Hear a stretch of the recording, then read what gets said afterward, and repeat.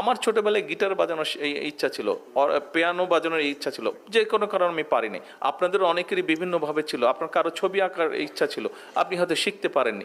এরকম লক্ষ কোটি বাচ্চা যাদের মধ্যে যে ইচ্ছাটা আছে, আমাদেরকে তাদেরকে সেই সুযোগটা করে দিতে হবে।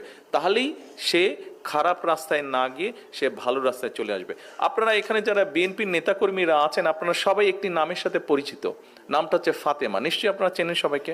আম্মার সাথে ফাতেমা ছিল, সে আম্মার সাথে জেলও খেটেছে। ফাতেমার এক ছেলে আছে, ওই দিন জায়মা আমাকে কথাটা বলছিল। বিষয়টা কি, ঘটনা শুধু বলি। ফাতেমার ছেলে এখন ফাতেমার সাথে থাকে। আম্মার সাথে যখন ফাতেমা ছিল তখন ও দেশের বাড়িতে থাকতো, এখন বড় হয়েছে, এখন ওর ছেলে মেয়ে ওর সাথে থাকে। একটা ছোট বাড়ি ভাড়া নিয়ে ওরা ঢাকাতেই থাকে, আমাদের বাসা থেকে একটু দূরে। তো ওর ছেলে একদিন ওকে বলছে যে মা, আমাকে অমুক ফুটবল ক্লাবে, কি একটা ফুটবল ক্লাবের নাম বলছে, ওখানে আমাকে ভর্তি করে দাও।